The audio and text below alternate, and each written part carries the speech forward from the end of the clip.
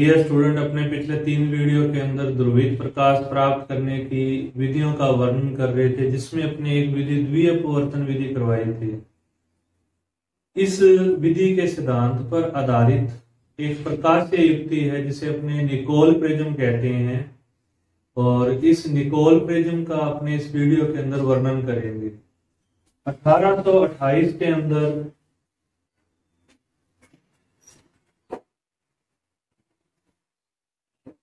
William Nicol वैज्ञानिक थे। उन्होंने निकोल प्रिज्म बनाया था, या अपने कह सकते हैं ध्रुवित प्रकाश प्राप्त करने का एक प्राकृतिक जरिया है। पहली बार जब अपने ध्रुवित प्रकाश प्राप्त किया तो उसमें निकोल प्रिज्म था व्यवसायिक लेवल पे, और विलियम निकोल के नाम पर इसे अपने निकोल प्रिज्म कहते हैं। और इसको बनाने के लिए अपने कैल्साइट, जिसे अपने आइसलैंड स्पार भी कहते हैं, इसका उपयोग करते हैं। जो कैल्साइट है अपने, ये एक विषमदैशिक पदार्थ है,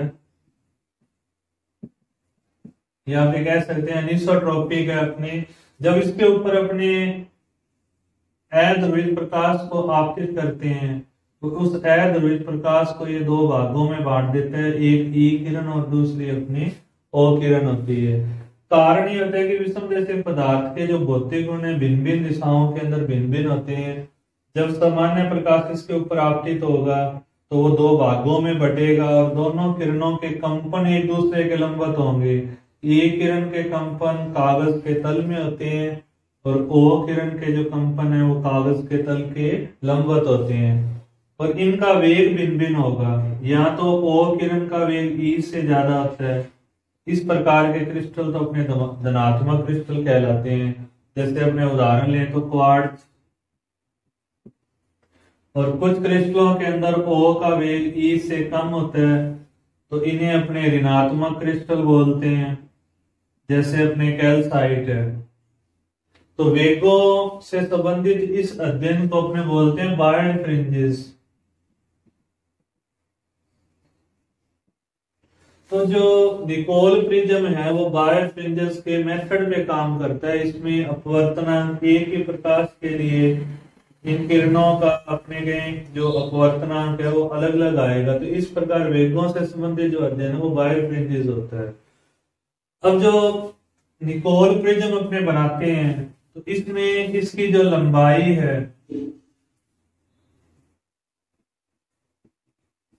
इसकी चौड़ाई की तुलना में 3 गुना होती है, और ये अपने समानांतर षटफलक की आकृति का होता है। जैसे अपने समानांतर षटफलक है, और इसका जो प्रत्येक फलक है वो एक समानांतर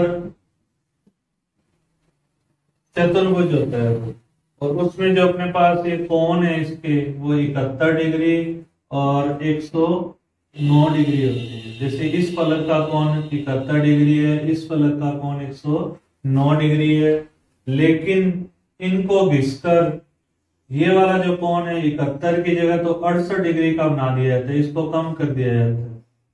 और जो इधर वाला कोण 109 डिग्री है इसको अपने बढ़ाते हुए 112 डिग्री कर देते हैं। प्रारंभिक कोण तो 71 और 109 है, 71 और 109 डिग्री है, लेकिन इनके फलकों को घिसकर एक कोण 68 और 112 डिग्री बनाया जाता है। कारण ये है कि जब इसके ऊपर अध्रुवित प्रकाश आपतित होगा तो वो अध्रुवित प्रकाश 2 भागों में विभाजित होगा। तो एक किरण तो ई होगी और एक किरण ओ होगी। ई किरण अपवर्तन के नियमों का पालन नहीं करती तो सीधी जाती है, और इसी किरण का उपयोग अपने एक्सपेरिमेंटल स्टडी के अंदर करते हैं। ओ की किरण है उसके लिए यहाँ जो माध्यम का अपने क्रांति कोण है वो 69 डिग्री बनेगा, तो इसलिए इसको 68 डिग्री तक घिसाया जाता है। कारण निकोल प्रिज्म के लिए जो अपने क्रांति कोण का मान है वो 69 डिग्री होता है। अब जैसे अपने समानांतर षटफलक ले लिया, इसकी प्रत्येक सतह एक समानांतर चतुर्भुज है, अपने इसको इस प्रकार विकिरणित है 2 भागों में काट देते हैं। 2 भागों में काटने पर ये अपने दो प्रिज्म बनेंगे।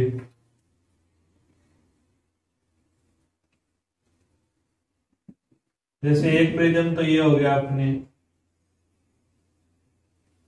तो एक प्रिज्म इधर और आ जाएगा। तो ये दो प्रिज्म अपने कैल्साइट के हैं, और इन दोनों प्रिज्म को एक गोंद है जिसे अपने बोलते हैं कनाडा बाल्सम, यहाँ पे कह देते हैं कनाडा बाल्सम सीमेंट है, पारदर्शक होता है, और इन दोनों प्रिज्म को इस कनाडा बाल्सम सीमेंट से अपने जोड़ देते हैं।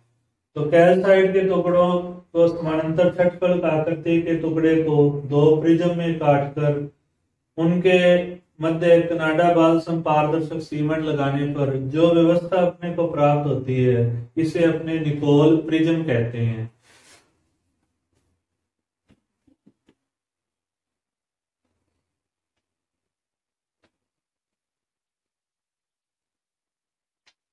जैसे अपने एक फलक ले लें समानांतर चतुर्भुज आकृति का, ये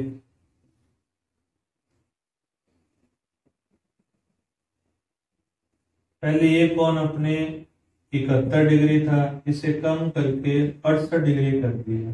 ये इसकी प्रकाशिक अक्ष है जिसके सापेक्ष इसे काटा गया था। यहाँ आपने कह सकते हैं यहाँ आपने काट कर और कनाडा बाल्सम सीमेंट लगा दी। तो इस फलक का जो कोण था पहले 109 डिग्री था, घिसकर इसको 112 डिग्री कर दिया। और ये जो अपने काट के दो प्रिज्म बनाए थे ये प्रकाशिक अक्ष थे, यहाँ कनाडा बाल्सम सीमेंट का उपयोग करते हैं, पारदर्शक होता है। अब जो ओ किरण है उसके लिए इस निकोल प्रिज्म के माध्यम का अपवर्तनांक 1.658 होता है। ई किरण के लिए इस माध्यम का अपवर्तनांक 1.486 होता है, और कनाडा बाल्सम का जो अपवर्तनांक है वो 1.55 होता है। अब अपने अध्रुवित प्रकाश इस सतह पर आपतित हुआ है, तो ये अध्रुवित प्रकाश यहाँ दो भागों में विभाजित हो जाएगा। एक तो ई किरण, इसके कंपन तो कागज के तल में है और ये अपवर्तन के नियमों का पालन नहीं कर रही, तो ये बिना अपवर्तित हुए सीधी चली जाएगी।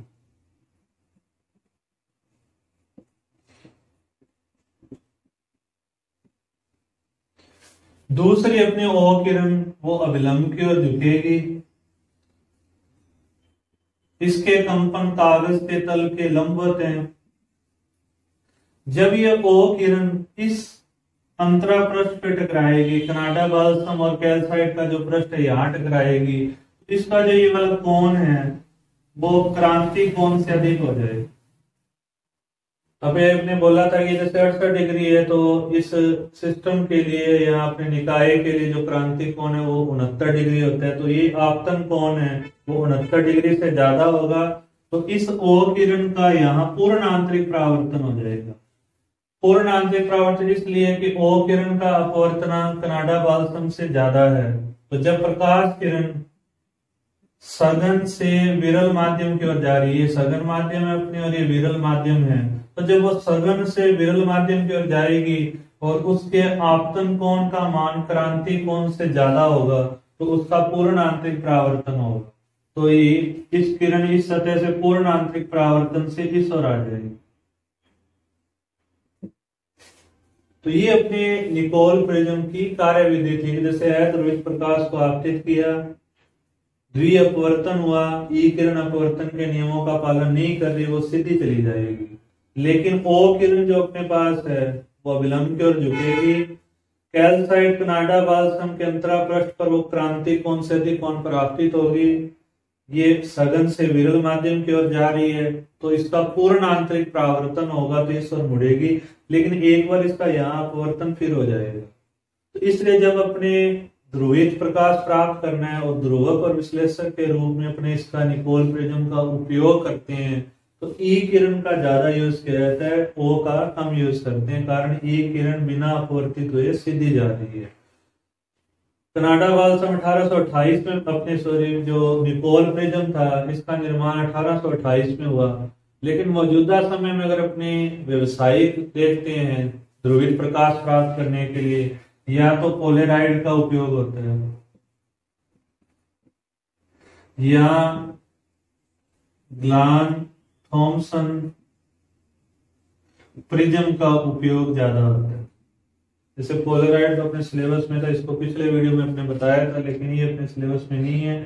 तो इसके बाद जो ध्रुवित प्रकाश प्राप्त करने के लिए ध्रुवक और विश्लेषक के रूप में यूज हुआ वो पोलराइड और ग्लान थॉमसन प्रिज्म का हुआ था।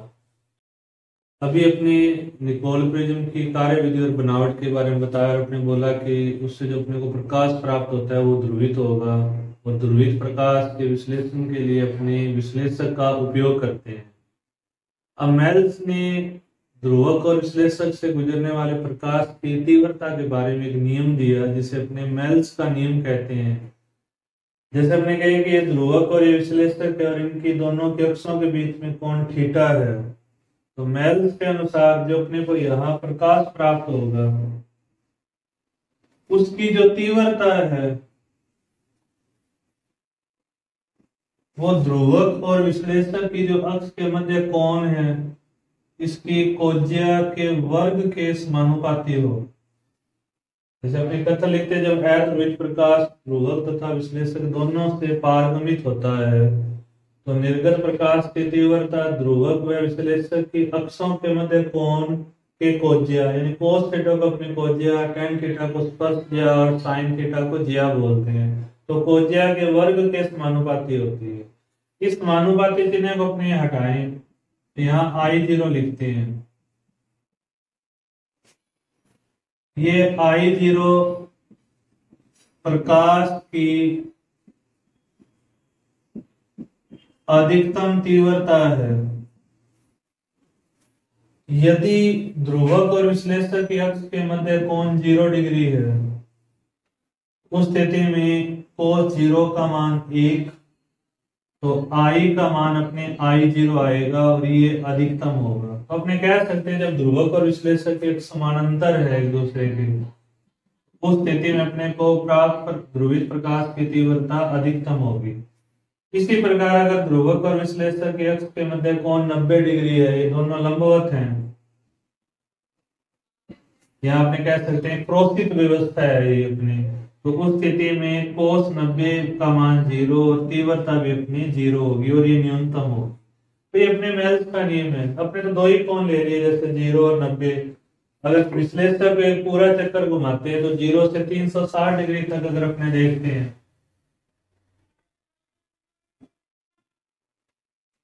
वे अपने इसका जो घूर्णन कोण लें विश्लेषक का और तीव्रता लें प्रकाश की, जैसे 0 डिग्री अपने कोण है तो प्रकाश की तीव्रता अपने को I0 प्राप्त हो रही है। 0 से 90 डिग्री तक बदल रहे हैं तो तीव्रता कम होगी। 90 डिग्री ले लें तो तीव्रता का मान 0 होगा। फिर उसके बाद अपने 90 डिग्री से 180 डिग्री तक विश्लेषक को घुमाते हैं तो तीव्रता में वृद्धि होती है या कहते हैं अपने बढ़ोतरी होगी। वो 0 से I0 फिर अग्रसर होगी और 180 डिग्री पर पुनः तीव्रता अपने को अधिकतम प्राप्त होगी। फिर अगर अपने विश्लेषक को 180 डिग्री से 270 डिग्री तक घुमाते हैं फिर प्रकाश की तीव्रता में कमी आएगी। 270 डिग्री cos 270 का मान 0 होता है तो तीव्रता का मान पुनः 0 हो जाएगा। फिर उसके बाद अपने लेते हैं 270 से 360 तो इस स्थिति में पुनः प्रकाश की तीव्रता अधिकतम होगी या कहेंगे अपने सॉरी वृद्धि होगी और 360 डिग्री पर प्रकाश की तीव्रता पुनः अपनी अधिकतम हो जाएगी I0। अगर अपने विश्लेषक को एक चक्कर घुमाते हैं तो 0 को छोड़ते हैं, हमने तो स्टार्टिंग पॉइंट था ये वाला, तो जैसे जैसे आगे बढ़ते हैं तो प्रकाश की तीव्रता 2 बार तो अपने क्या हो रही है अधिकतम प्राप्त हो रही है और 2 बार अपने 0 प्राप्त हो रही है। अगर ये स्थिति है तो जो अपने को प्रकाश पारगमिक प्रकाश मिलेगा वो पूर्णतः ध्रुवित होता है। यदि ये तीव्रता 0 न हो लेकिन इस I0 की तुलना में या आपने कहें कि जो अपने पास ये अधिकतम तीव्रता थी, इसकी तुलना में ये कम हो, प्रकाश की तीव्रता में कमी हुई पर जीरो नहीं हुई, तो वो अपने जो प्रकाश है वो आंशिक ध्रुवित हो।